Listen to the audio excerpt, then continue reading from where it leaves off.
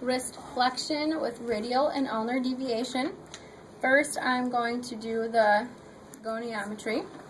So we're going to have the forearm pronated on a flat surface. The hand needs to be over so it can continue through the whole range.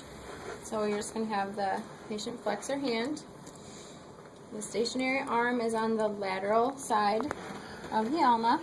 The fulcrum is on the lateral side of the wrist over the triquetrum. And the moving arm is going to be in line with the 5th metacarpal. And she is at, oops,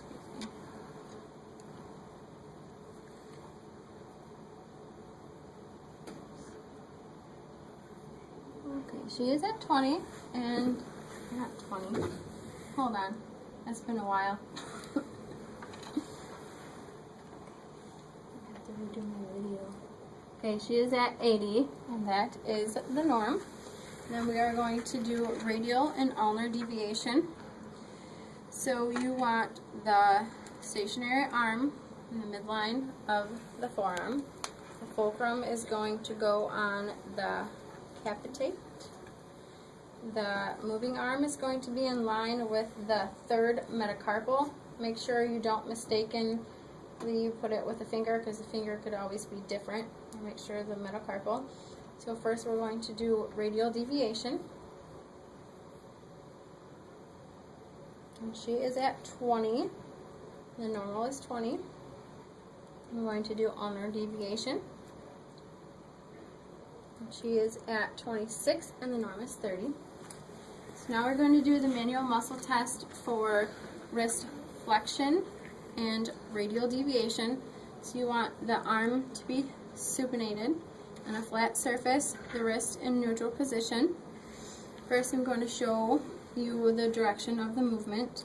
I'm going to stabilize on the dorsal aspect of the distal wrist. So I want you to flex your wrist and radially deviate. So go ahead and do that. So up and over to the radial side. Now I want you to go ahead and do that motion on your own. Okay, so that you can get through the full range, I'm going to apply resistance on the 1st and 2nd metacarpals in the direction of extension and ulnar deviation. Don't let me move you. Okay, so she would get a 5 out of 5 since she was able to hold that maximally.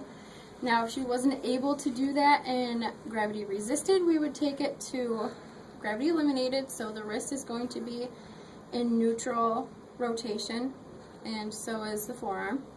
Not the wrist doesn't rotate. The wrist is going to be in neutral. So then you are going to stabilize over the dorsal aspect of the radius, and you are going to palpate at the base of the 2nd metacarpal for the flexor radialis tendon. Go ahead and just flex your wrist forward. You want to check for the movement of that muscle. Okay, so now we are going to do wrist flexion and ulnar deviation. So we're going to go back to the starting position of supination. The wrist is neutral. Now this time you are going to palpate at the base of the 5th metacarpal, which is proximal to the pisiform. You're going to stabilize again at the dorsal aspect of the distal wrist and show them passively the motion. So we're going to flex to the ulnar side. I'll go ahead and do that while I palpate. That's good. So stay there. I'm going to apply resistance in the direction of extension and radial deviation this time. Right, and since you were able to hold that maximally, it is a 5 out of 5. And again, for the gravity eliminated is the same exact thing as the first one I showed you.